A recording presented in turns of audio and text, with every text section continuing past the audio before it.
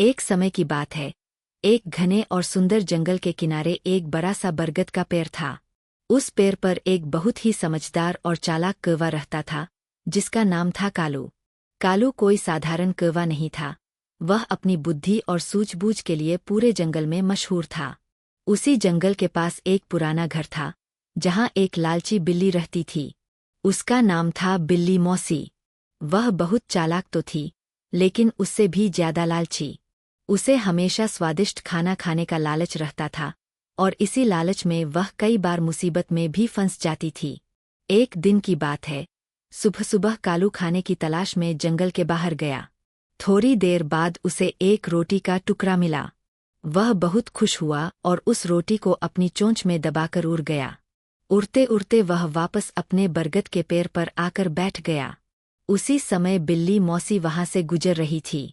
उसकी नज़र जैसे ही कौवे की चोंच में दबे रोटी के टुकड़े पर पड़ी, उसके मुंह में पानी आ गया। उसने सोचा, आज तो मुझे बढ़िया नाश्ता मिल जाएगा। बिल्ली मौसी बहुत चालाक थी। वह जानती थी कि सीधे सीधे रोटी मांगने से कौवा उसे नहीं देगा।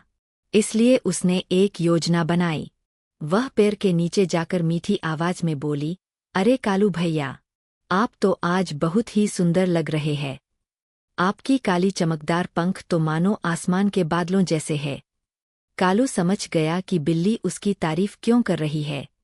वह पहले भी ऐसी चालें देख चुका था, लेकिन इस बार उसने सोचा कि क्यों न बिल्ली को एक अच्छा सबक सिखाया जाए। बिल्ली फिर बोली, सुना है आपकी आवाज बहुत मधुर है। क्या आप मेरे लिए एक प्यारा सा गीत गा सकते हैं? कालू ने मन ही मन मुस्कुराया और सोचा, यह मुझे बेवकूफ समझ रही है, लेकिन आज इसे इसकी लालच का मजा चखाना ही पड़ेगा। कालू ने अपनी योजना बनाई। उसने रोटी को अपनी चोंच में मजबूती से पकड़े रखा और उड़कर पास के एक और पेड़ पर जा बैठा, जहां नीचे एक गड्ढा था जिसमें कीचड़ भरा हुआ था। बिल्ली भी उसके पीछे पीछे वहां आ गई। अब कालू ने जोर से काम करना शुरू किया, लेकिन उसने रोटी को गिरने नहीं दिया। बिल्ली थोड़ी हैरान हो गई। उसने फिर मीठी आवाज में कहा, अरे कालू भैया, थोड़ा और जोर से गाइए ना, आपकी आवाज तो बहुत प्यारी है। कालू ने इस बार जानबूझकर रोटी को थोड़ा ढीला पकड़ा और जैसे ही उसने जोर से आवाज निकाली, रोटी नीचे गिर गई, लेकिन सीधा कीचड़ में।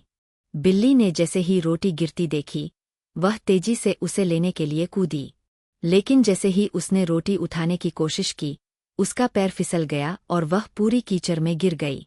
अब उसकी हालत बहुत खराब हो गई थी। उसका पूरा शरीर कीचड़ से सना हुआ था।